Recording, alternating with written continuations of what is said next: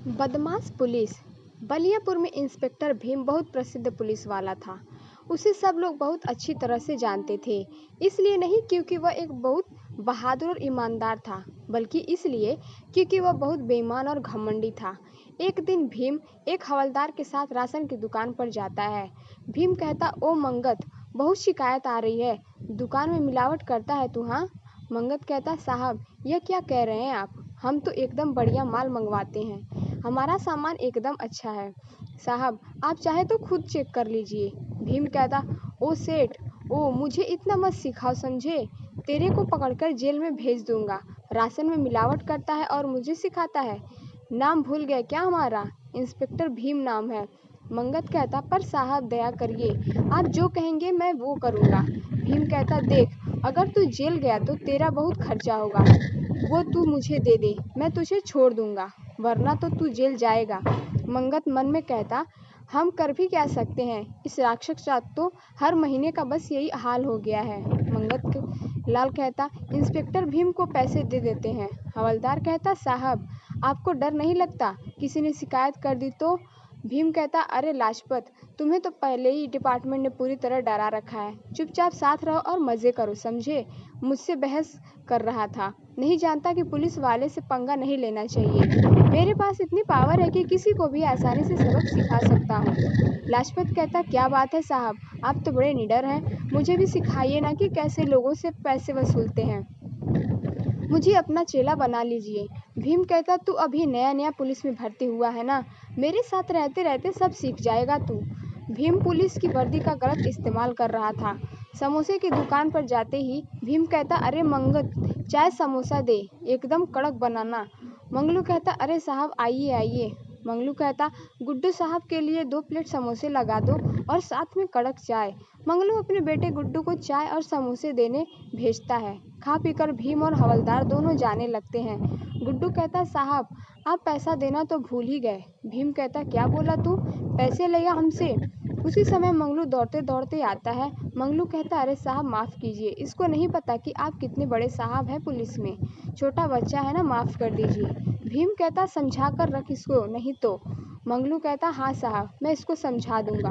हवलदार कहता, साहब के सामने झुककर ही रहना पड़ेगा, सही कहा ना साहब? भीम कहता, और नहीं तो क्या, बड़ा आया मुझसे पैसे लेने, सारा मूड खराब कर दिया। भीम सबके साथ ऐसा ही व्यवहार करता। सड़क किनारे सब्जी की रेडी के पास जाकर भीम कहता, ए बुढ़िया, तुझे मना किया था ना यहाँ सब्जी की दुकान लगाने को? बुढ़िया कहती, अरे बेटा, यहाँ नहीं लगाऊंगी तो कहाँ लगाऊंगी, बहुत गरीब हूँ बेटा, दया करो, मुझे यहाँ दुकान लगाने दो। भीम कहता, मना किया था ना, तू यहाँ दुकान नहीं लगा सकती। हवलदार कहता, साहब यहाँ पर सब्जी की रेडी लगाने में कोई समस्या नहीं है, फिर आप इसे क्यों मना कर रहे हैं? भीम कहता, डराना पड़ता है इन लोगों को, तब जाकर झुकते हैं ये। बुढ़िया कहती, बेटा मैं बहुत गरीब हूँ, किसी तरह अपना पेट पाल लेती हूँ, दया करो, बहुत दुआएं दूंगी तुम्हें। भीम कहता, दुआ का मैं क्या करूँगा, तुम जानती नहीं मैं क्या कर सकता हूँ, या यहाँ से नहीं तो 1000 रुपये दो। सब्जी वाली दुखी होकर घर चली जाती है। घर पर उसकी एक अपाहिज पोती थी जो बैसाखी के सहारे उसके पास आती है। लड़की कहती, दादी आप इतना जल्दी कैसे आ गई? बुढ़िया कहती, क्या बताऊँ बेटी, अब मैं वहाँ सब्जी नहीं बेच पाऊंगी। लड़की कहती, पर क्यों, वहाँ क्या दिक्कत है, वहाँ तो बहुत से लोग सब्जियाँ बेचते हैं और आप तो बहुत अच्छी सब्जियाँ रखती हैं। बुढ़िया रोते हुए कहती, हम गरीबों का कोई सहारा नहीं होता बेटी, शहर के बड़े पुलिस वाले ने मुझे वहाँ रेडी लगाने से मना कर दिया, वो मुझसे पैसे मांग रहा था, तभी वहाँ सब्जियाँ बेचने देगा। मैंने कहा मैं गरीब हूँ, कहाँ से पैसे लाऊंगी, घर का खर्चा अब कैसे चलेगा, मैं तुझे क्या खिलाऊंगी? लड़की कहती, आप रोइए मत दादी, मेरी चिंता मत कीजिए दादी, मुझे बिल्कुल भूख नहीं लगती। चलिए दादी, हम पुलिस अंकल को बोलते हैं, वो हमारी बात जरूर मान जाएंगे। बुढ़िया कहती, नहीं मेरी बच्ची, वो तेरी भी बात नहीं मानेगा, मुझे माफ़ करना, मैं तेरा ख्याल नहीं रख पा रही हूँ। दोनों दुखी होकर रह जाती हैं। उसी शहर में केशव नाम का एक गरीब ऑटो चलाने वाला रहता था।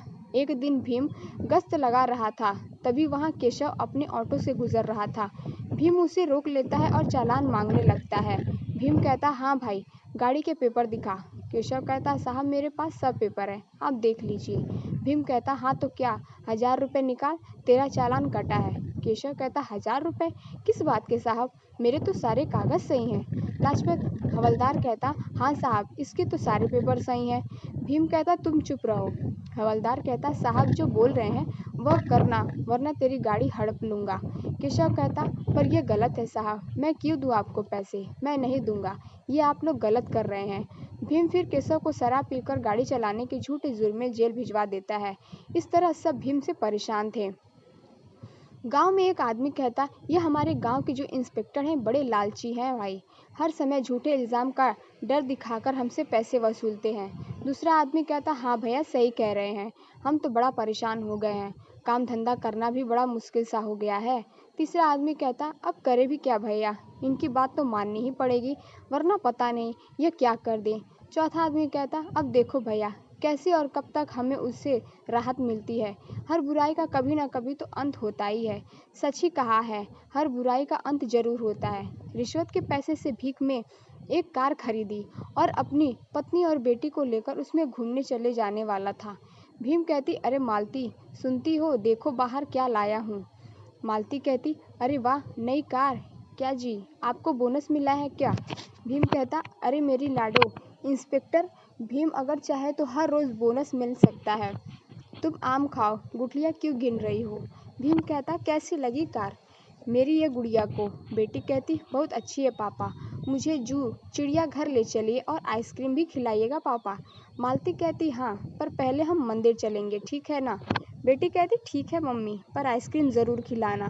भीम कहता, मेरी गुड़िया जो कहेगी वही होगा। भीम मस्ती में कार चला रहा था। अचानक सामने से एक ट्रक आ जाता है जिसका ड्राइवर नशे में था। ड्राइवर बहुत तेज ट्रक चला रहा था। ट्रक ड्राइवर गाना गाते हुए, आज मौसम है सुहाना, दारू पीने का है बहाना।